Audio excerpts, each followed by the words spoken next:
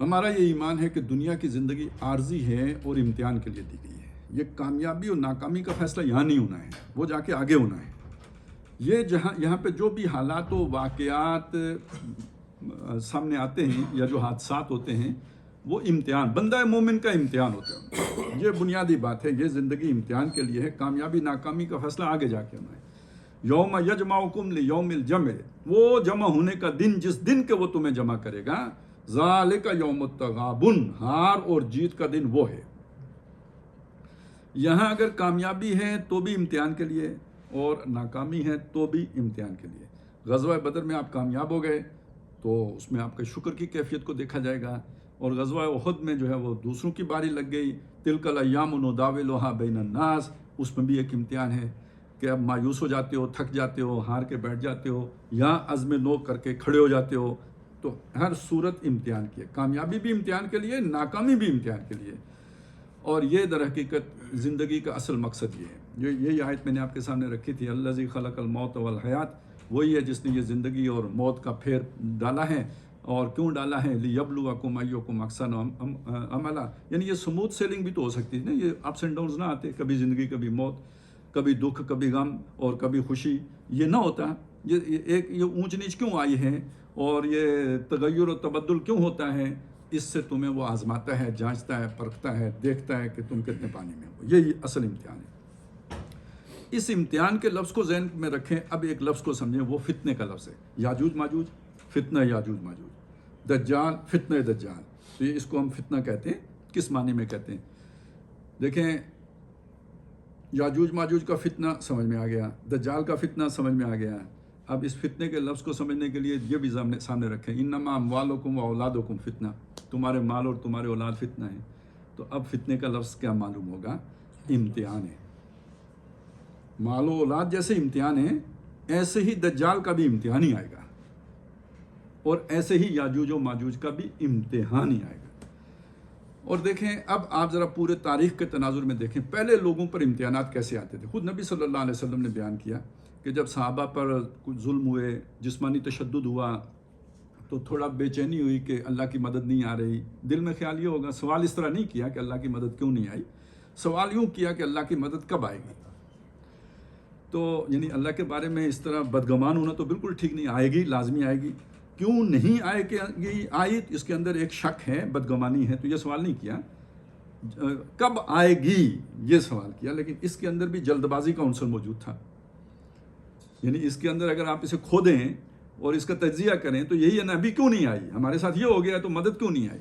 تو حضور ناراض ہوئے اس سوال پر. آپ صلی اللہ علیہ وسلم ٹیک لگا کے تشریف فرما تھے. یہ سوال سن کر آپ سیدھے ہو کے بیٹھ گئے اور آپ نے فرمایا کہ دیکھو، جو تم سے پہلے لوگ گزرے ہیں ان کے ساتھ ایسا بھی ہوا ہے کہ ان کے آروں سے ان کے جسم کو چیر دیا گیا، 2 ٹکڑے کر دیے گئے. ایسا بھی ہوا کہ انہیں زمین میں آدھا گاڑ کر ان کے جسم کے اوپر سے کوئی جو لوہے کے کنگن ہیں ان سے گوشت نوچا گیا، لیکن انہوں نے صبر کیا اور تم جلدی کر رہے ہو. اور پھر فرمایا اللہ کی مدد ضرور آئے گی اور تمہارے ہاتھوں میں کیسر و کسرا کے کنگن ہوں گے. خوشخبری بھی دی، ساتھ خبردار بھی کیا کہ جلدی نہ کرو. تو اب اس کا مطلب کیا ہوا کہ یہ جو ساری پریشانیاں آ رہی تھیں مکے میں، یہ آزمائش تھی. اور وہ پہلو والوں کی آزمائش، یہی جسمانی تشدد. کس درجے کا جسمانی تشدد کہ ہڈیوں کے اوپر سے گوشت نوچ دیا گیا ہے. آج کا انسان جسے ہم کہتے ہیں ارتقاء ہوا، یقیناً ہوا. اب انسان جسمانی طور پر اتنا طاقتور نہیں رہا. اب ذہنی اس کی جو صلاحیتیں ہیں اور جو اس کے فکری قوا ہیں وہ بہت ترقی کر گئے ہیں. جیسے پہلے کبھی کوئی پہلوان ہوتا تھا، اب یہ ہے کہ دانشور ہیں. جیسے پہلے یعنی اب اس دور میں آپ دیکھیں نا، پسند بھی زیادہ اس آدمی کو کیا جاتا ہے جو انٹلیکچولی اسٹرانگ ہو. جسمانی طور پر ہٹا کٹا آدمی مزدوری کے کام ہے اور کس کام کرے گا، یا بہت زیادہ ہوگا تو کوئی کشتی کا جو مقابلہ کر لے گا، ریسلر ہے، یہ وہ ہے، وہ اس حد تک ہوگا. تو جس آدمی کو معاشرے میں پسند کیا جاتا ہے وہ حقیقی معنی میں جو صاحب دانش ہے، صاحب علم ہے. ایک وقت وہی تھا کہ جو بہادر ہے، لڑاکا ہے، 7-8 آدمیوں کو اڑا دیتا ہے، اس کو سمجھا جاتا ہے، وہ ہیرو ہوتا تھا. اب ذرا ہیرو، عام لوگوں کا ہیرو تو آج کل کھیل کھلاڑی، مطلب اس طرح کی چیزیں. لیکن بہرحال جو بھی آپ ایک انٹلیکچوئل جو ایک سوچ ہوتی ہے اس کے اندر وہ لوگ جو ہے نا وہ اہمیت رکھتے ہیں کہ جو ذرا صاحب دانش لوگ. تو ہمارے یہ جو دور ہے یہ عقل کا دور ہے، دانش کا دور ہے، علم کا دور ہے، سمجھ کا دور ہے. تو آزمائش بھی اصل میں اسی جگہ پہ کی آئے گی. تو خواہ فتنہ یاجوج و ماجوج ہو یا فتنہ دجال ہو، اس کا تعلق، یا اس کو آپ کہیں امتحان، یاجوج ماجوج کے ذریعے سے امتحان ہو، آزمائش ہو، یا دجال کے ذریعے سے امتحان ہو یا آزمائش ہو، یہ آج کے دور میں در حقیقت فزیکل اتنی نہیں ہوگی جتنی کہ عقلی، ذہنی، فکری اور علمی ہوگی. پہلی بات یہ سامنے آ گئی.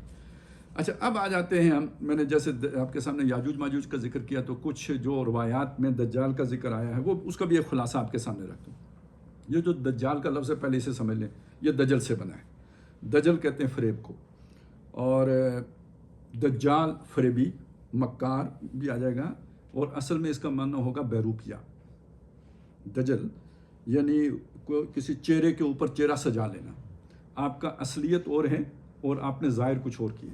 جیسے بعض لوگ جو ہے نا وہ زیورات بناتے ہیں سونے کے، وہ ہوتے سونے کے نہیں، اندر تانبا ہوتا ہے، اوپر وہ پانی چڑھا دیتے ہیں سونے کا. تو یہ یعنی اندر نکلی ہے، اوپر جو ہے نا اس کے اوپر کوئی آپ نے بیروپ بھر لیا ہے. یہ بیروپ بہت اچھا لفظ ہے اس دجال کے لفظ کو ظاہر کرنے کے لیے. بیروپیا جیسے ہمارے یہاں استعمال ہوتا ہے کہ چہرے کے اوپر چہرہ اس نے سجا رکھا ہے. اب اس لفظ کو ذہن میں رکھیں تو دجال کا مطلب ہم جب فریبی کرتے ہیں، دھوکہ دینے والا کرتے ہیں، تو وہ آپ کو سمجھ میں آنا چاہیے. اندر سے کچھ ہوگا، ظاہر اس کا کچھ ہوگا. اب اس حوالے سے جو بات سمجھنے کی ہے وہ یہ ہے کہ اس کا مطلب یہ ہے کہ وہ اس کی فستائیت اتنی نہیں ہوگی، یعنی بالجبر لوگوں کو اتنا اپنا وہ غلام نہیں بنائے گا جتنا کہ اپنی ٹیکٹس سے بنائے گا، اور جتنے اپنے فریب سے بنائے گا، اور اپنے جھوٹ سے بنائے گا، اور اپنے دغے سے بنائے گا، اور اپنی مکاری سے بنائے گا. یعنی اس کے ٹیکٹس ایسے ہوں گے کہ لوگ وہ خود اس کا شکار ہوتے چلے جائیں گے. یہ دجال کے لفظ کے ساتھ یہ چیز ظاہر کی گئی ہے. اب ایک اعتراض وارد کیا جاتا ہے خاص طور پہ اس دور میں، وہ لوگ کہ جو حدیث کو اتنی اہمیت نہیں دیتے. وہ کہتے ہیں کہ قرآن مجید میں اتنا بڑا فتنہ ہے جس کا حدیث میں یہ ذکر آیا کہ آدم سے علیہ السلام سے لے کے تا صبح قیامت تک اولاد آدم پر اتنا بڑا کوئی فتنہ نہیں آیا ہوگا جتنا بڑا فتنہ یہ دجال کا فتنہ ہوگا. تو قرآن میں اس کا ذکر کیوں نہیں ہے؟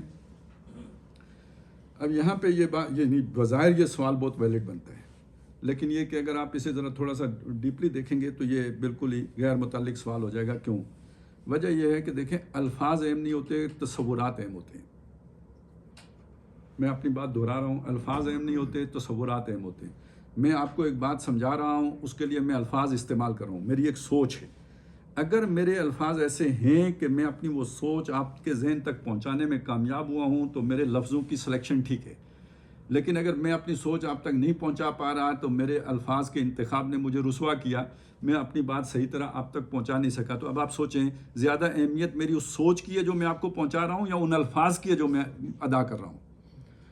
اب اللہ تعالیٰ ہیں، اللہ کے نبی ہیں، اللہ کے رسول ہیں، وہ ہمیں ایک تصور دینا چاہتے ہیں کہ ایک فتنہ ہوگا، اس طرح کا فریب والا فتنہ ہوگا. اب اللہ کے نبی نے اس کے لیے دجال کا لفظ استعمال کیا، تو اللہ نے بھی تو کوئی اس کے لیے الفاظ استعمال کیے ہوں گے، ہمیں وہ دیکھنا چاہیے. اس کانسیپٹ کو ذہن میں رکھ کر جب آپ قرآن مجید کو دیکھیں گے تو دجال کا لفظ تو آپ کو نہیں ملے گا، لیکن شیطان کا لفظ آپ کو ملے گا، شیطان کے دوستوں کا لفظ آپ کو ملے گا، شیطان کے لیے الغرور کا لفظ آپ کو ملے گا. دجال بھی اس میں مبالغہ ہے، انتہائی فریبی، بہت زیادہ دجل کرنے والا، اور الغرور جیسے غفور ہے، نہایت بخشنے والا، مہربان جب ہم کہتے ہیں تو جیسے رحمان، اور اسی طرح جیسے فعال، اور اسی طرح یہ سمجھیں غفور کا لفظ بھی ہے، فعول کے وزن پہ آتا ہے. تو یہ جو غرور کا لفظ ہے یہ بھی مبالغے کا صیغہ ہے. تو غرور کسے کہتے ہیں؟ دھوکے کو، اور دھوکہ دینے والا. الغرور بہت زیادہ دھوکہ دینے والا. اب اگر آپ ان دونوں الفاظ کے معنی کو سامنے رکھیں تو کیا معنی بنیں گے؟ الدجال اور الغرور ایک ہی بات ہو گئی یا نہیں؟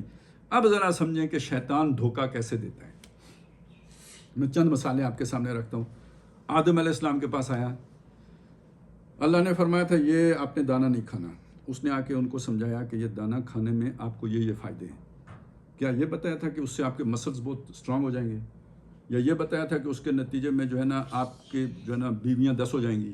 ایسا کچھ نہیں بولا تھا اس نے. دنیا کا کوئی لالچ نہیں دیا تھا. اس نے لالچ یہ دیا تھا کہ آپ فرشتے بن جاؤ گے. اور قسمیں کھا کھا کے یقین کیا دلایا تھا؟ میں ٹھگ ہوں، میں بدماش ہوں؟ نہیں، یقین یہ دلایا تھا میں آپ کا خیر خواہ ہوں۔ تو وہ کس رستے سے آیا تھا؟ خیر خواہی کے رستے سے آیا تھا، ہمدرد بن کے آیا تھا، بہی خواہ بن کے آیا تھا، نمبر ایک۔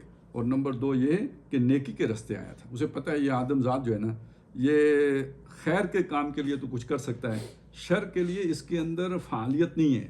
مجبور ہو کے کوئی شر کا کام کر لے تو کر لے، یعنی اس کے اندر وہ اندر سے ایک موٹیویشن اسے نہیں ملے گی شر کا کام کرنے کے لیے، خیر کے کام کے لیے موٹیویشن اس کے اندر موجود ہے۔ اب اسی کو آپ یہیں سے تھوڑا سا قیاس کر لیں، دنیا میں آپ دھوکہ کس سے کھاتے ہیں؟ لمبی مونچھوں والے سے، بدماشوں والی شکل والے سے؟ نہیں، کبھی نہیں دھوکہ کھائیں گے۔ اور اس کی دھمکی سے تو آپ ڈر سکتے ہیں، اس کے خوف کا تو آپ شکار ہو سکتے۔ دھوکہ نہیں کھا سکتے کسی بد شکل آدمی سے۔ دھوکہ ہمیشہ آپ انوسنٹ فیس سے کھائیں گے۔ دھوکہ ہمیشہ من موہنی جو ہے نا پرسنالٹی آپ کو دے گی، بھولا بالا نظر آنے والا شخص آپ کو دے گا، جو آپ کو لگے گا کہ یہ بہت ہی مسکین آدمی ہے، بہت ہی سادہ سا بندہ ہے، کوئی پتہ نہیں بیچارہ مجبور ہے، آپ کو دھوکہ وہی دے گا۔ اور دوسری چیز آپ کو دھوکہ کھانے پہ مجبور کرتی ہے آپ کا اپنا لالچ۔ اگر فرض کریں اندر سے کوئی چھٹی اس سگنل دیتی بھی ہے کہ یہ ذرا بچ کے رہنا، اس کی معصومیت پہ نہیں جانا، تو وہ جو لیپا پوتی کر رہا ہے تو وہ یہ میرے دل کی کسی تار کو چھیڑ رہا ہوتا ہے کہ بڑا سستا پلاٹ مل رہا ہے، مارکیٹ سے کم قیمت پہ کوئی چیز مل رہی ہے۔ تو آپ کو پتہ ہے نا جو سیانے کاروباری ہوتے ہیں وہ کہتے ہیں یار کوئی غیر معمولی طور پر سستی چیز مل رہی ہو تو اس کے قریب نہیں جانا، اس کے پیچھے کوئی چکر ہوگا۔ تو جنہوں نے کئی چکر کھائے ہوتے ہیں وہ اس چکر کو سمجھ لیتے ہیں، جو نو وارد ہوتا ہے اسے اس چکر کی سمجھ نہیں آتی اور وہ اس ٹھگ کے جال میں پھنس جاتا ہے۔ تو ٹھگی کرنا در حقیقت اس کا کام ہے، کس کا؟ شیطان کا۔ یہی ٹھگی اس دجال کا کام بھی ہوگا، اور یہ ٹھگی نیکی کے رستے ہوگی۔ اس کا مطلب ہے دجال ایک مذہبی بیروپ میں آئے گا۔ میں جو آپ کے سامنے چیز رکھنا چاہتا ہوں مذہبی بیروپ میں آئے گا۔ اور اگلی بات جو آپ کے سامنے میں رکھنا چاہتا ہوں وہ یہ ہے کہ بیچ میں کچھ شخصیات کے حوالے دینا چاہتا ہوں جو اسی طرح کے دجل کرتی رہی ہیں لوگوں کے ساتھ۔ مثلاً ایک شخصیت ہے سامری کی۔ موسیٰ علیہ السلام گئے ہیں کوہ طور پر تورات لینے کے لیے، اللہ نے بلایا تھا، اپنا پیغام اللہ کا موسیٰ علیہ السلام پر آ رہا ہے۔ پیچھے ایک شخص کھڑا ہوتا ہے جس کی شہرت ہے، بڑا روحانی پیشوا ہے، ظاہر ہے اس کے ساتھ کچھ غیر معمولی چیزیں پہلے سے بھی موجود تھیں۔ قرآن مجید نے بھی ذکر کیا ہے کہ اس نے یہ دعویٰ کیا تھا کہ جو کچھ لوگوں نے نہیں دیکھا میں نے وہ دیکھا، اور سارے مفسرین نے لکھا ہے کہ اس نے جبریل علیہ السلام کو دیکھا تھا۔ اب جبریل علیہ السلام یہاں ہوں، مجھے اور آپ کو نظر آئیں گے؟ یا کوئی ادنا فرشتہ بھی ہو تو ہمیں نظر آئے گا؟ ہمیں تو جن بھی نظر نہیں آتے، بھوتنے بھی نظر نہیں آتے۔ اب وہ کچھ بلا تو تھی نا جس نے جبریل علیہ السلام کو دیکھ لیا، تو اس کا یہ مطلب تو نہیں کہ بالکل ہی خالی تھا جیسے میں اور آپ ہوں۔ تو کوئی تو مقام اس کا تھا نا جس کی بنیاد پر اس نے جبریل علیہ السلام کو دیکھا تھا۔ باقی آگے سے اس نے اپنا جو بھی بنا لیا، وہی اپنا جو ایک فلسفہ بنا لیا، اور پیچھے قوم کو گمراہ کر کے لوگوں سے کہا کیا؟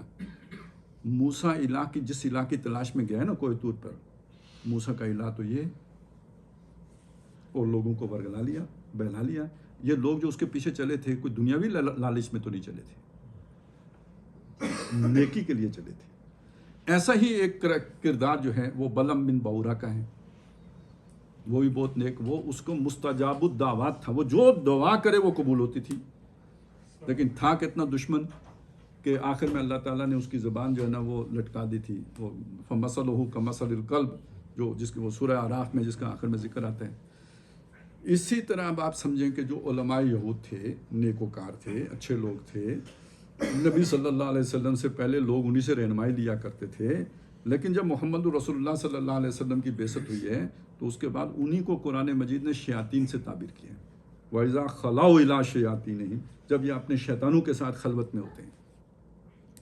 ایک کردار اور ہے جو مدینے میں تھا، خزرجی تھا یہ جو ہے ابو عامر راہب، آپ اس کو تفصیلات سیرت کی کتابوں میں آپ کو مل جائیں گی، بہت بڑا دشمن نبی صلی اللہ علیہ وسلم کا، لیکن اس کا کریکٹر اگر آپ دیکھیں تو حضور صلی اللہ علیہ وسلم سے پہلے مدینے میں یہ روحانی پیشوا تھا، متفق کا طور پہ اوس کا، خزرج کا، یہود کے قبائل کا، یہ نصرانی ہو چکا ہوا تھا، لیکن یہ کہ یہ روحانی طور پر یہ سمجھا جائے، یہ اس کے ایک شف کرنے سے سر کا درد آرام، یہ وہ جیسے ہوتا ہے نا گاؤں میں کوئی ہوتا ہے گنڈے تعویذ والا، اور کہتے ہیں جی اللہ نے بڑی اس کے ہاتھ میں شفا رکھی ہے، تو اس کی پھونک میں بھی اللہ نے بڑی شفا رکھی ہوئی تھی، لیکن اس سے نبی صلی اللہ علیہ وسلم کی تشریف آوری اسے برداشت نہیں ہوئی. اپنی جیسے وہی شیطان جیسے آدم علیہ السلام کے مقابلے میں اکڑ گیا، یہ محمد رسول اللہ صلی اللہ علیہ وسلم کے مقابلے میں اکڑ گیا، سب سے بڑا دشمن بنا. اور یہ وہ شخص ہے کہ جس نے وہ مسجد زرار بنوانے کی کوشش کی تھی. یہ مختلف اس نے سازشیں کی، بلکہ بعض تو یہ کہتے ہیں غزوہ احزاب کے پیچھے اصل سازش اس کی تھی، جب سارے قبائل کو اکٹھا کر کے یہ لایا تھا. یہ ساری مذہبی شخصیات ہیں. اصل میں جو بات میں نے آپ کے سامنے رکھنی تھی وہ یہ تھی کہ یہ سب مذہب کا بیروپ ہے. روپ ان کا مذہب والا ہے وہ بیروپ، یعنی اس کا مطلب اندر سے وہ حقیقی معنی میں مذہبی نہیں ہوں گے. قرآن مجید نے یہ جو ان کا یہ بیانیہ ہوتا ہے نا، یہ جو بات کرنے کی یہ جو ان کے اندر قابلیت ہوتی ہے جس سے یہ لوگوں کو اپنی طرف اٹریکٹ کرتے، اس کو مختلف مقامات میں بیان کیا ہے. مطلب یہ کہ شیطان لوگوں کو ان کے برے اعمال مزین کر کے دکھاتا ہے. وَزَيَّنَ لَهُمُ الشَّيْطَانُ أَعْمَالَهُمْ، شیطان ان کے اعمال ان کے لیے یعنی شوگر کوٹڈ کر دیتا ہے. ان کی برائی نہیں سامنے لاتا، ان کی اچھائی ان کے سامنے لے کے آتا ہے. اس کی مثال ایسے ہے جیسے آپ بے حیائی کو روشن خیالی کہیں، یعنی ایک بڑی مثال ہے ہمارے سامنے جسے ہم سمجھ سکتے ہیں. دوسری بات، قرآن مجید اسے یوں بیان کرتا ہے، اور یہ ذرا تھوڑا سا اس سے زیادہ تفصیل سے آتی ہے، اور اس میں کئی اور بھی اہم باتیں ہیں. یہ سورہ انعام میں ہے. یہ الفاظ ہیں 3: زخرف، قول، غرور. کہا گیا زخرف القول غرورا. پہلے اس لفظ کو سمجھ لیں. زخرف کہتے ہیں سنہری، اور سونے کو بھی کہتے ہیں، ذہب بھی کہتے ہیں، زخرف بھی کہتے ہیں. سنہری شے، سنہری رنگ، یعنی آپ اسے پرکشش کہہ لیں. قول، بات. اب یہاں پہ کیا مطلب؟ بات سنہری، تو یعنی جیسے آپ کو سونا اٹریکٹ کرتا ہے نا، آپ دیکھتے دلکش معلوم ہوتے ہیں، ایسے ان کی باتیں دلکش ہوں گی. غرورا ہوں گی بیکار، دھوکا، فریب ہوگا. مجھے یہ بات، یہ قرآن مجید کا حصہ پڑھتے ہوئے نہ کوئی پریزنٹیشن یاد آ جاتی ہے، جو کوئی اپنا سودا بیچنے کے لیے پریزنٹیشن نہیں دیتے.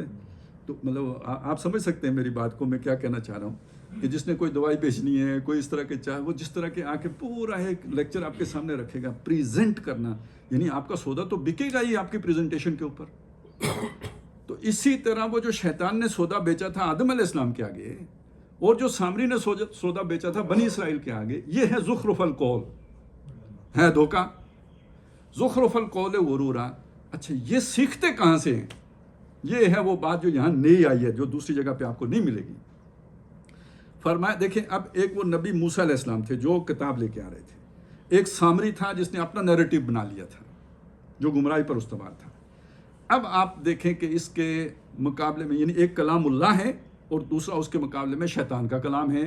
اب اس کو یہاں قرآن نے کھولا سورہ انعام میں، وَكَذَلِكَ جَعَلْنَا لِكُلِّ نَبِيٍّ عَدُوًّا شَيَاطِينَ الْإِنسِ وَالْجِنِّ.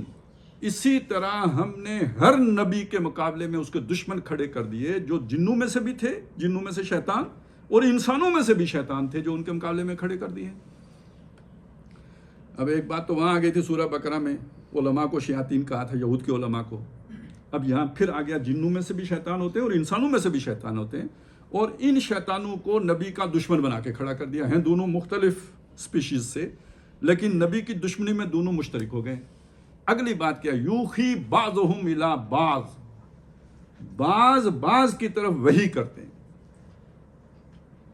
اب وحی کرنے کا یہاں مطلب کیا ہے؟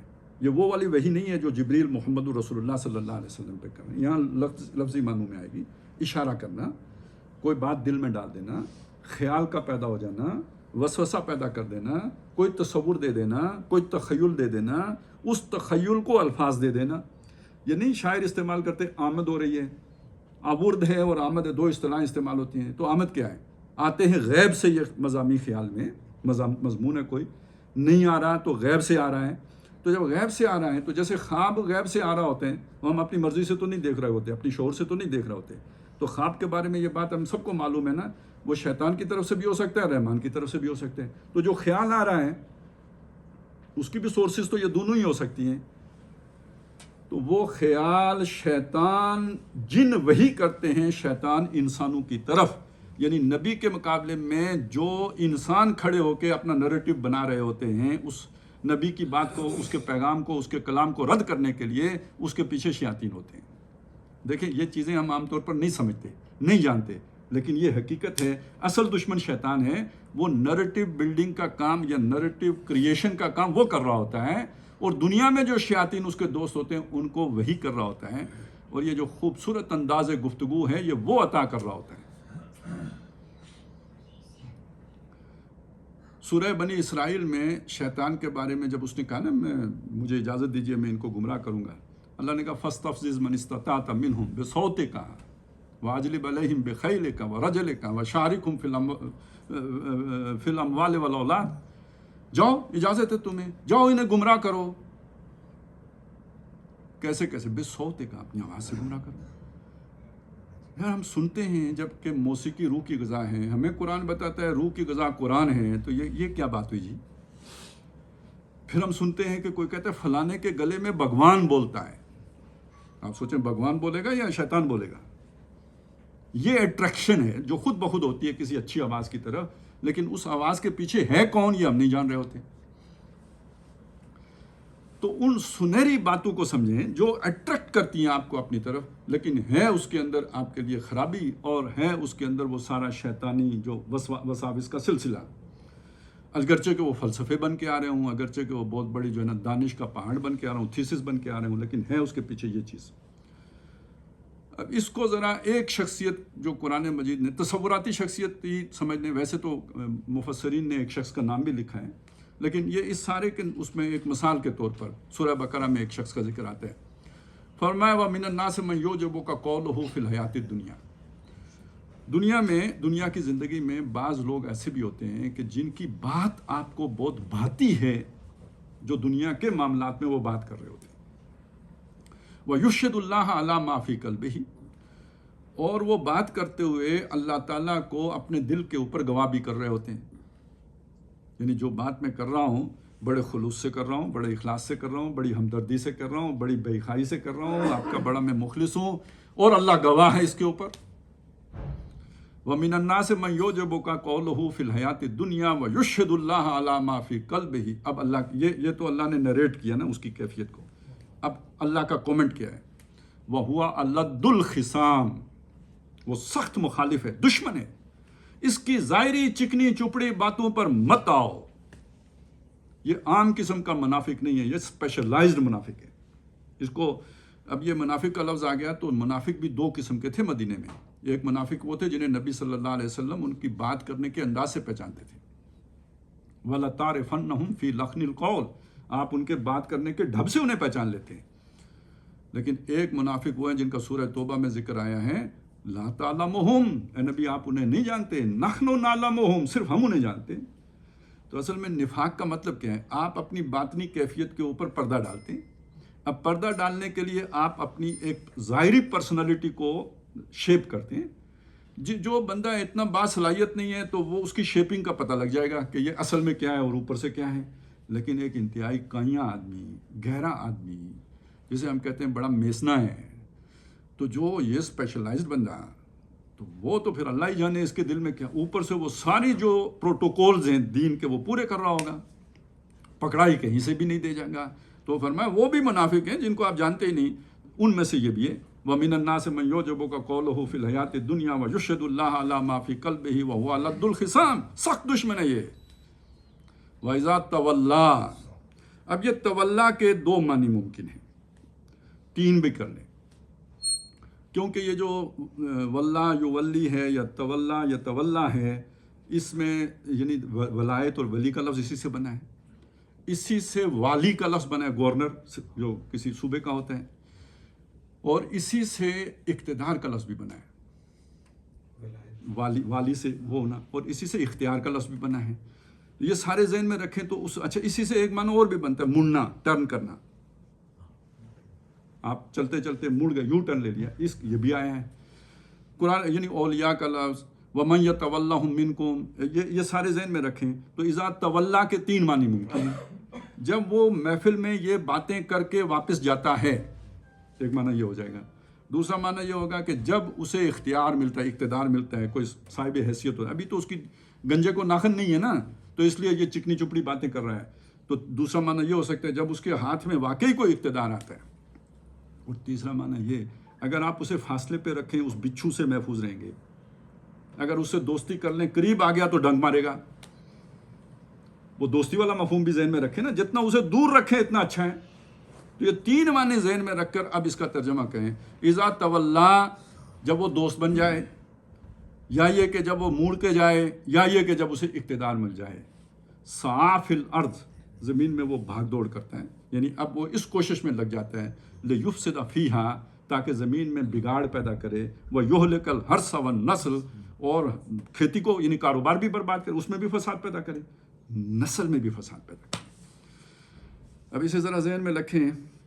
آ جائیں واپس. یاجوج ماجوج کا کام کیا تھا؟ ان یاجوج و ماجوج مفسدون فی الارض. یہ اس آدمی کا کام آپ کو سمجھ میں آیا؟ شیطان کا کام یہ ہے. قوم عاد کیوں ہلاک کی گئی؟ فسادی تھی. قوم ہود کیوں ہلاک کی گئی؟ فسادی تھی. یہ فساد کے کامن ہونے کو نوٹ کریں. تو میں نے جو آپ کے سامنے رکھا تھا وہ یاجوج ماجوج کا فساد، اور یہ جو ایک خاص خزارین ٹرائبز ہیں ان کے فساد کا ذکر آپ کے سامنے رکھا تھا. اس سب کو ذہن میں رکھتے ہوئے اصل میں یہ ساری چیز آپ کے سامنے رکھنا چاہتا ہوں کہ آپ اندازہ لگائیں کہ قوموں کا ظاہر کیا ہوتا ہے، وہ دکھاتے کیا ہیں، اور باطن کیا ہوتے ہیں. ظاہر پر آج ہماری یہ مصیبت ہو گئی ہے کہ اکثریت ہماری بس وہ اصل میں معلومات کا سیلاب اتنا ہے کہ سوچنے کا موقع نہیں ملتا. ایک انفارمیشن آتی ہے، اس پر ابھی دھیان پوری طرح دیا نہیں ہوتا، اوپر سے دوسری آ جاتی ہے. غیر شعوری طور پر ہمارا دماغ سطحی ہوتا چلا گیا اور ہم ظاہر ہی پر فیصلے کرنے پر مجبور ہوتے چلے گئے.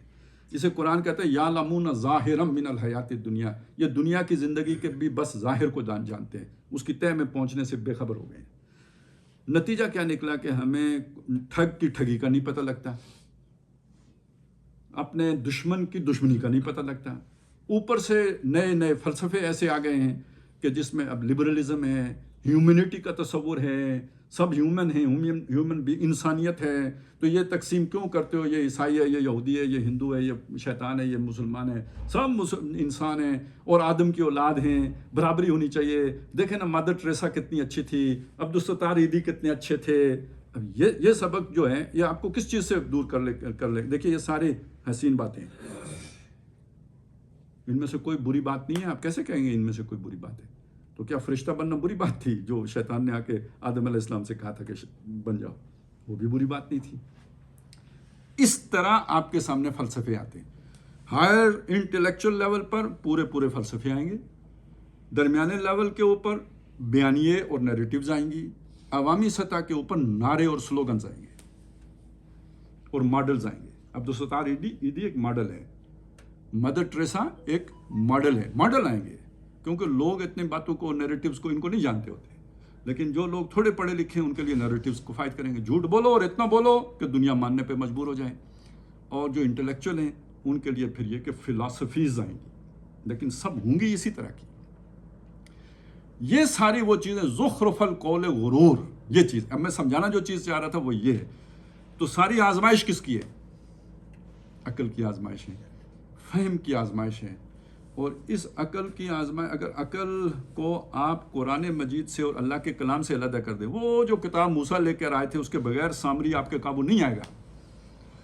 آج کی عقل کتنی عیار کیوں نہ ہو جائے، کتنی تیز و تراز کیوں نہ ہو جائے، کتنی ہی سمجھدار کیوں نہ ہو جائے، اگر وہ قرآن سے خالی رہے گی تو اسے وہ جو چال بازیاں ہیں وہ سمجھ میں نہیں آئیں گی. گاہ میری نگاہ تیز چیر گئی دل وجود، گاہ الجھ کے رہ گئی میرے توہمات میں. تو وہ عقل وہیں اپنے توہمات میں الجھی رہے گی. عقل کا کام ہے جو اس کے سامنے ہے اس کا سولوشن پیش کرنا، جو اس کے سامنے ویژن ہے اس کو انالائز کرنا، یہ عقل کا کام ہے. آپ نے ویژن ہی دنیا کا رکھا تو بس اتنا ہی عقل انالائز کرے گی. اس کے سامنے وہ ذرا بڑا پرسپیکٹیو آئے گا تو وہ اس کے مطابق جو ہے غور و فکر کرے گی. عقل کا یہ چراغ راہ ہے، منزل نہیں ہے. تو چراغ راہ کا کیا کام ہے؟ جدھر آپ موڑیں گے ادھر دکھائے گا، ادھر آپ کا ویژن کلیئر کرے گا. یہ چراغ راہ کا کام ہے. اب اس کو سامنے رکھیں. میں ایک اور کنٹراسٹ آپ کے سامنے سورہ بقرہ کا رکھنا چاہ رہا ہوں.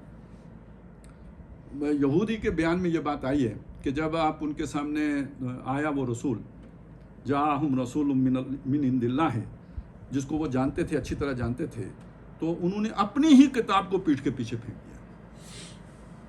کیوں؟ اس کتاب میں اس رسول کا ذکر موجود تھا. یعنی اس کا مطلب یہ ہوا کہ اپنی ہی کتاب کا انکار کر دیا، کتاب کو ہٹا دیا، سامنے سے ویژن سے ہٹا دیا. تو اس کی جگہ پہ چیز کیا آ گئی؟ وَاتَّبَعُوا مَا تَتْلُو الشَّيَاطِينُ عَلَىٰ مُلْكِ سلیمان، پیچھے لگ پڑے ان چیزوں کے جو سلیمان کی بادشاہی میں شیاطین پڑھا کرتے تھے، یعنی جادو کا جو علم تھا۔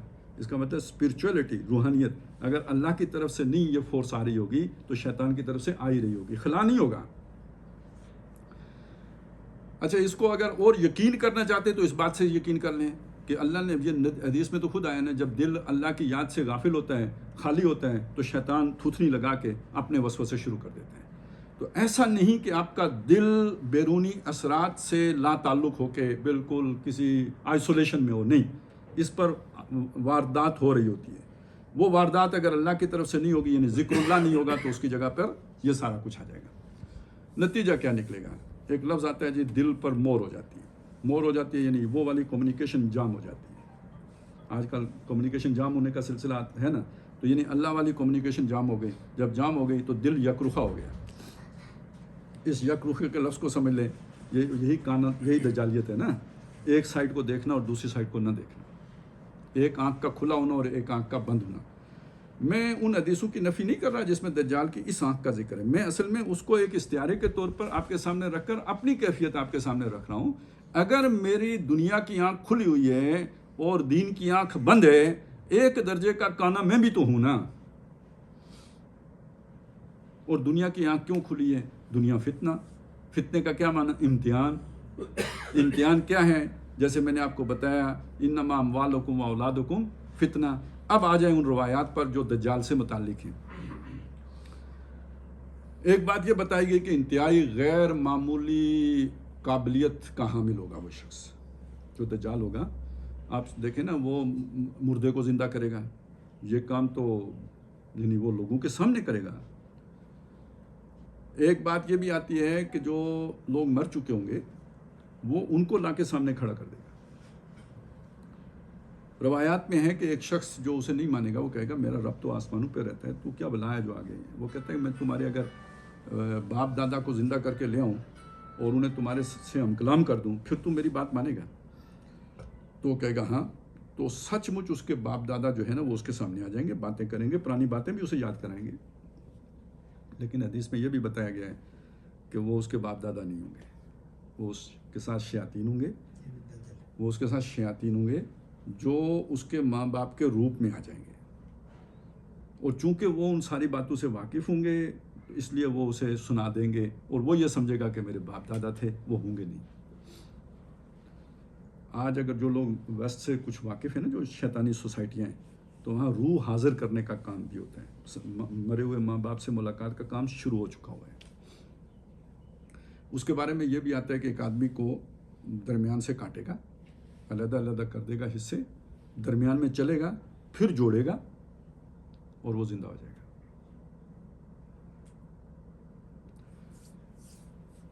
جہاں چاہے گا بارش ہوگی، جہاں نہیں چاہے گا نہیں ہوگی۔ ایک بیابان کو، مردہ زمین کو حکم دے گا لہلاتی فصلیں اگائیں گی، اور لہلاتے کھیتوں کو بنجر کر دے گا۔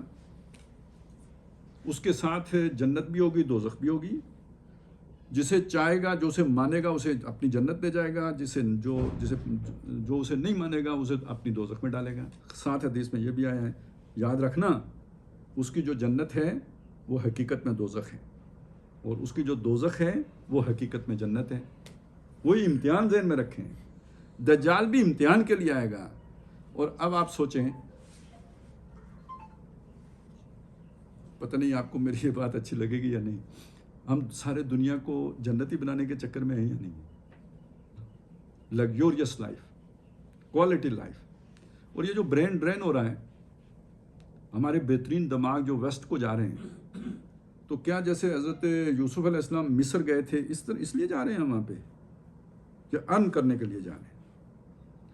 حوالے تو ہم وہ دیتے ہیں نا کہ علم حاصل کرو خواہ تمہیں چین جانا پڑے، تو اس کے بعد مڑ کے گھر آنا ہوگا یا چین ہی رہنا ہوگا؟ اصل بات یہ دیکھیں، ہم فوج میں نوکری کرتے ہیں پروفیشنلزم کے لیے، پیسے کمانے کے لیے، کہتے کیا ہیں؟ ملک و قوم کی خدمت کر رہے ہیں۔ بچے سے پوچھیں تم بڑے بن کے کیا، وہ کہے گا جی ڈاکٹر بنوں گا، قوم کی خدمت کروں گا، باقی آپ کو پتہ ہے مجھے کیا کہنے کی ضرورت ہے۔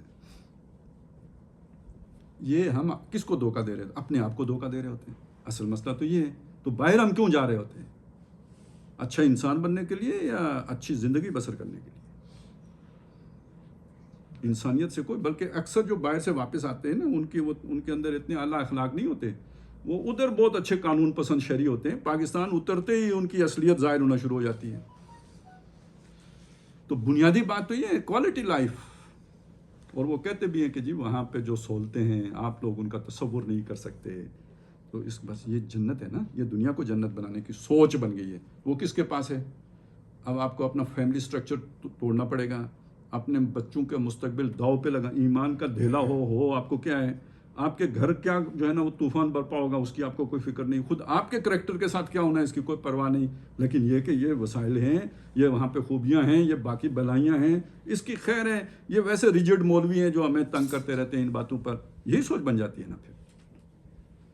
تو اب آپ ان ساری چیزوں کو ذہن میں رکھیں، اب وہ حدیث آپ کو سمجھ میں آئے گی کہ یہ فتنہ ایسا ہوگا کہ صبح ایک شخص مومن ہوگا، شام تک کافر ہوگا، شام کو مومن ہوگا تو صبح تک کافر ہوگا۔ کیوں؟ لالچ دنیا کا اور یہ چکا چوند اس سب کی۔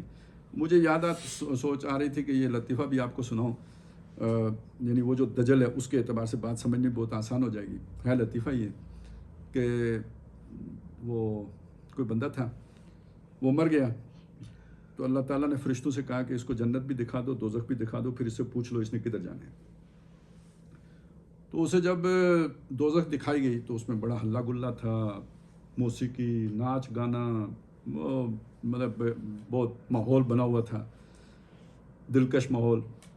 اور جب اسے جنت دکھائی گئی تو بڑا ٹھنڈ اور ایک بڑی جو ہے نا وادی، اور اس میں ایک جوڑا جو ہے نا بڑا شریف سا پورے کپڑوں میں لپٹا ہوا، وہ دھیمی رفتار سے چلتا ہوا، بڑے پروکار۔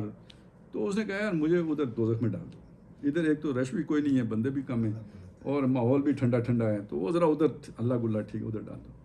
جب اسے دوزخ میں ڈالا نا تو اب اسے آگ کے شعلے نظر آئے، تو اس نے فرشتوں سے کہا یار یہ کیا دھوکہ دیا ہے مجھے؟ انہوں نے کہا نہیں وہ ہمارا مارکیٹنگ ڈپارٹمنٹ تھا۔ یہ دنیا شیطان کا مارکیٹنگ ڈپارٹمنٹ ہے، اس کو اس نے مزین کر دیا ہے، یہ سب سے بڑی دجل ہے، یہ سب سے بڑا فریب ہے۔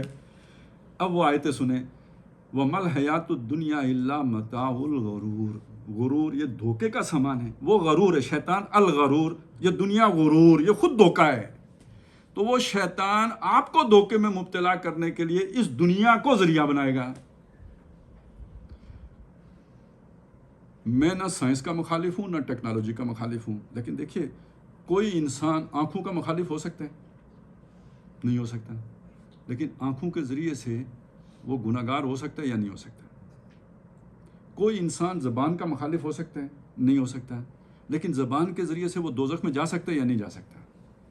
اس معنی میں جیسے میں نہ آنکھوں کا مخالف ہوں نہ زبان کا مخالف ہوں، ایسے ہی نہ میں سائنس کا مخالف ہوں نہ ٹیکنالوجی کا مخالف ہوں، لیکن اس کا یہ مطلب تو نہیں کہ ان میں خطرہ بھی کوئی نہیں، اس کا یہ مطلب تو نہیں کہ بالکل جیسے فرشتے جو ہے نا فی نفس ہی خیر ہی خیر ہیں، ایسے ہی سائنس اور ٹیکنالوجی بھی خیر ہی خیر ہے۔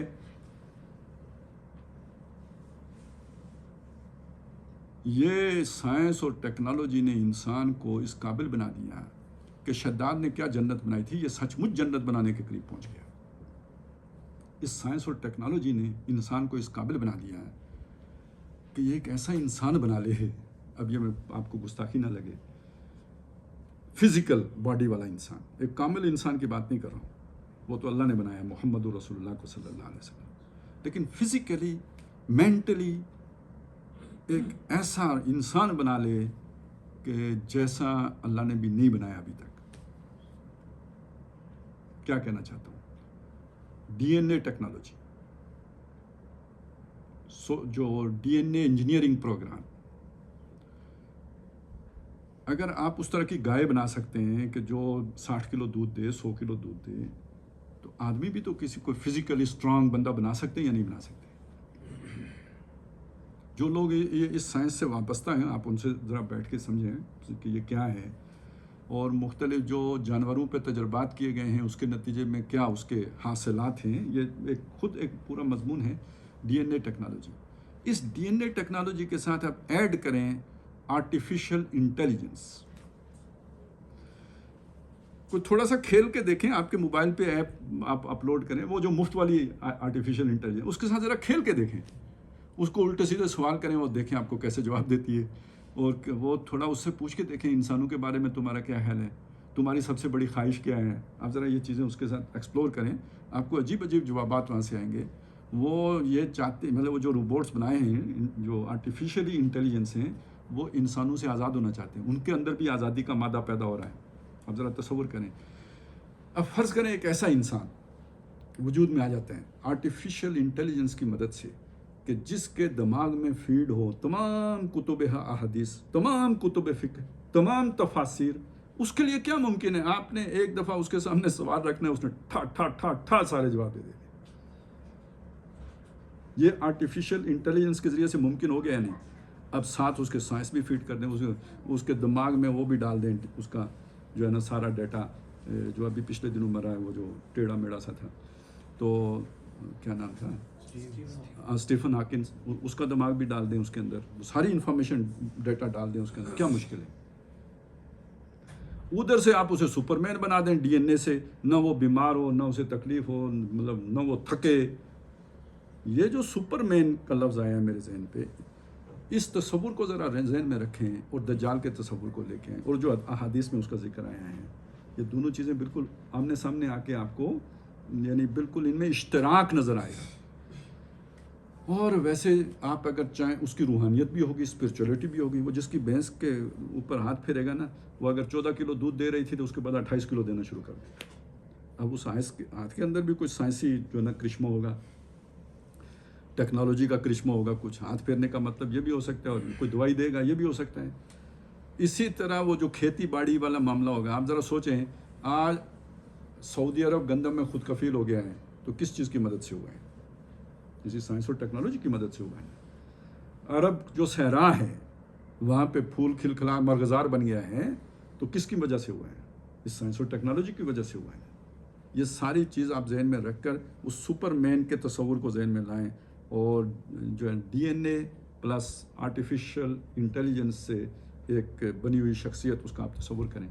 لیکن یہ ہوگا کیا ہے؟ یہ ایک جسم ہوگا، اپنی اصل، یعنی جو ہماری اس کائنات کی اصل ہے، اس سے کٹا ہوا جسم.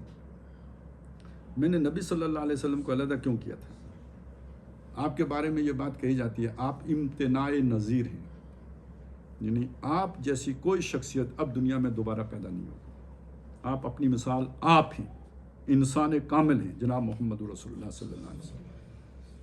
تو اس میں جہاں پہ آپ کو اللہ تعالیٰ نے جسمانی طور پر بہت بڑی صلاحیتیں عطا کی تھی، وہاں اصل جو آپ کا وہ مقام و مرتبہ ہے، وہ روحانی ہے، اسپرچول ہے. اس کے مقابلے میں یہ جو دجال ہوگا، اس کا کوئی روحانی حیثیت نہیں ہوگی. یہ اصل میں جیسے پرانے زمانے میں جادوگروں کی ایک روحانی حیثیت ہوتی تھی، اب وہ جادو سارا کا سارا ٹیکنالوجی کے زور پہ ہو رہا ہوگا. آپ کو میری بات شاید عجیب لگے، میں آپ کے سامنے یہ مثال رکھ دیتا ہوں کہ دیکھیں آج ہمارے جہاز اڑتے ہیں یا نہیں اڑتے. حضرت سلیمان علیہ السلام کا جہاز بھی اڑتا تھا یا نہیں اڑتا تھا؟ وہ روحانی بنیادوں پر اڑتا تھا. آج وہی کام جو ہے نا وہ ٹیکنالوجی کے بل پہ ہوتا ہے، اور اس سے کئی اچھا ہوتا ہے. وہ جنات کی مدد سے ہوتا تھا. وہ ان کے بھی غوطہ خور تھے جو سمندر کے اندر سے مونگے اور ہیرے اور جواہرات نکال کے لاتے تھے. کون؟ جنات، شیاطین جن، وہ لے کے آتے تھے. وہ زنجیروں میں جکڑے ہوئے تھے. آج انسان خود، مطلب اس کی ٹیکنالوجی کہاں سے، زمین کے اندر سے کھود کے تیل نکال کے لے آتی ہے، تمام جو ہے نا دھاتیں نکال کے لے آتی ہے. تو سلیمان علیہ السلام سے زیادہ طاقتور، ان کی اس شیاطین سے زیادہ طاقتور یہ ٹیکنالوجی نہیں ہو گئی. وہ اگر تخت لے کے آ گیا تھا اس کا جو ہے نا ملکہ بلقیس کا، تو آج کتنی بڑی ٹرانسپورٹیشن ہوتی ہے. چلے اتنی جلدی نہیں ہوتی، لیکن یہ کہ ابھی کام ہو رہا ہے. یہ جس طرح ہمارے جو موبائل پہ جو میسیجز جا رہے ہیں نا، یا جس طرح وہ ہوتا تھا پہلے ایک جگہ سے دوسری جگہ، پہلے تو تار دیتے تھے، لیکن یہ بیچ میں جو فیکس مشین آئی تھی، تو اب اس پہ کام ہو رہا ہے کہ پوری باڈی جو ہے نا ایک جگہ سے دوسری جگہ اسی طرح منتقل کر دی جائے. تو آپ سوچیں، یہ ساری وہی باتیں ہیں جو سلیمان علیہ السلام جنات کی مدد سے کرایا کرتے تھے، آج وہ سارے کام ٹیکنالوجی کی مدد سے ممکن ہو گئے ہیں. تو یہ سارا جب ایک آدمی کے ہاتھ میں آئے تو وہ تو سب کا پیر بن جائے گا یا نہیں بن جائے گا. اب یہ دلچسپ ترین بات ہے کہ اس کا مقابلہ تو کوئی نہیں کر سکے گا. حضرت مہدی موجود ہوں گے گراؤنڈ پر، لیکن وہ اس کے مقابل کھڑے نہیں ہو سکیں گے. اس کا مقابلہ کرنے کے لیے ایک شخصیت آئے گی آسمان سے، حضرت عیسیٰ علیہ السلام، اور ان کا دوسرا نام کیا ہے؟ عیسیٰ ابن مریم، المسیح بھی کہا، لیکن ایک نام ان کا اور بھی ہے، کلمۃ اللہ، اللہ کا کلمہ، ایک نام اور بھی ہے، روح اللہ۔ انہیں روح اللہ اور کلمۃ اللہ کیوں کہتے ہیں؟ اس لیے کہتے ہیں کہ حضرت مریم جن کے وہ بیٹے ہیں، ان کو اللہ تعالیٰ نے بغیر کسی انسان کو مس کیے وہ بیٹا عطا کیا ہے۔ عیسیٰ ابن مریم ہیں، ان کا کوئی باپ دنیا میں اللہ نے نہیں رکھا، بنایا ہی نہیں۔ وہ جو باپ کا فعل ہے اس کی جگہ کلمہ آیا ہے، کن۔ کلمہ کیا ہے؟ کن۔ اس کلمے نے وہ کام کیا جو باقی جگہوں پہ باپ کا کام ہوتا ہے، یعنی نطفے کی جگہ پہ کلمہ ہے۔ تو نطفے والا جو عمل ہے اس میں بہرحال مادیت ہے، اس میں بہرحال ایک انسانی حیوانی سطح کا عمل ہے، اور اس کی جگہ پہ جو کلمہ آیا ہو وہ کتنا پاکیزہ ہے۔ تو اس کا مطلب ہے دجال کا مقابلہ مادی وسائل سے نہیں ہوگا، پاکیزگی سے ہوگا۔ جس نے اپنا دفاع کرنا ہے وہ پاکیزگی سے اپنا دفاع کر سکے گا، وہ کسی مادی ذریعے سے اپنا دفاع نہیں کر سکتا۔ اور اس پاکیزگی کا سورس کیا ہے؟ کلمہ طیبہ ہے، اور جس کی بیج پر پورا قرآن مجید کھڑا ہے۔ اس کے علاوہ آپ اگر بچنا چاہتے ہیں اس سے تو قرآن مجید آپ کا محافظ ہے، اسے قتل کرنا چاہتے ہیں تو وہ روح اللہ آئیں گے۔ اب یہیں پہ ایک چھوٹی سی بات اور آپ کے سامنے رکھ دوں، یہ تقابل ذہن میں رکھیں، مادی دنیا ورسز روحانی دنیا۔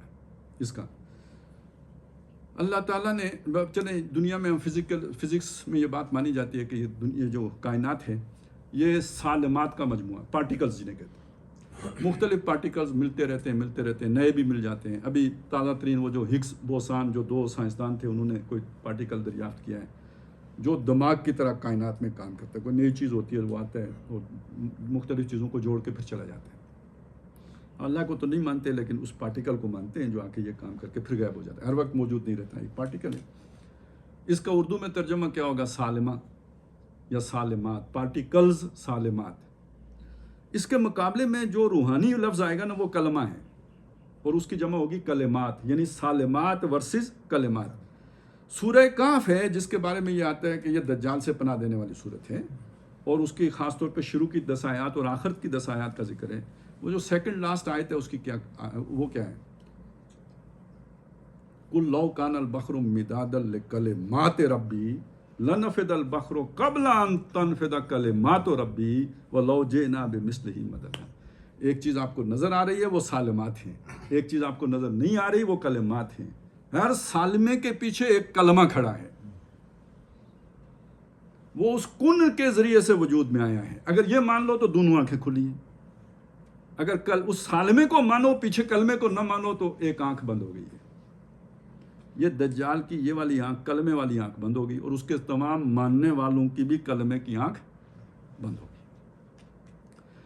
جس کی کھلی ہوگی وہ اس سے بچے گا، اور جو ہے ہی کلمت اللہ وہ آ کے اسے مارے گا۔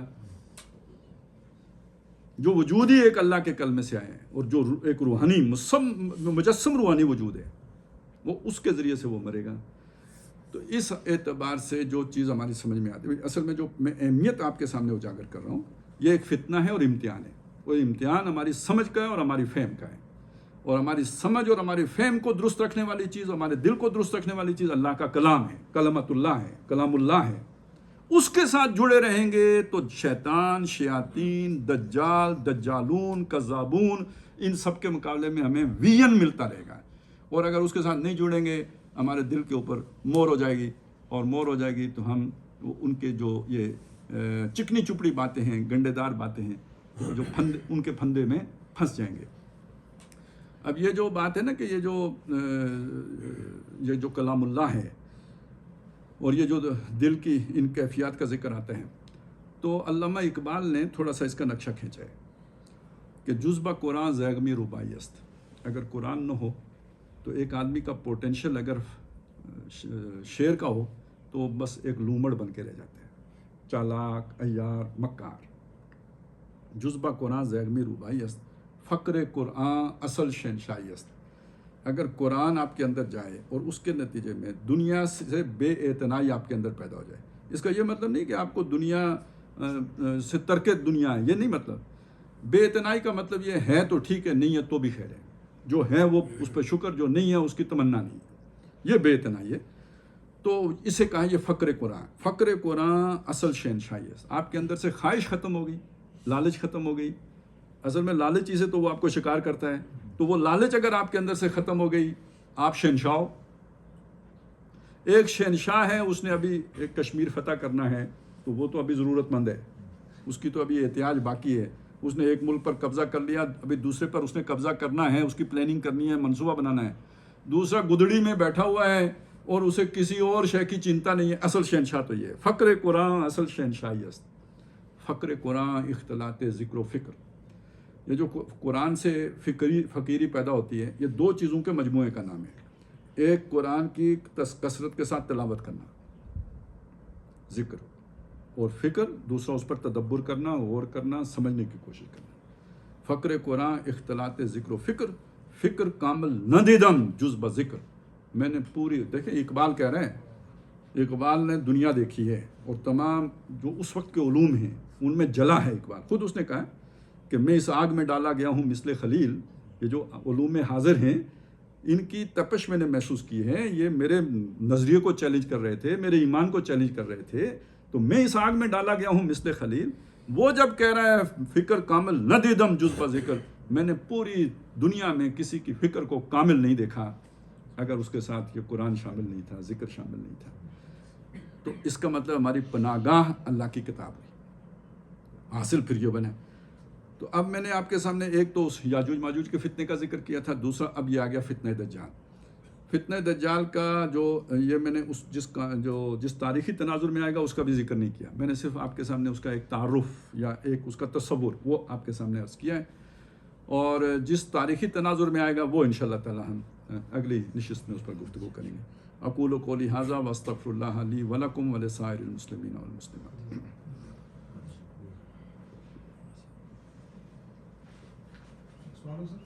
جی سر.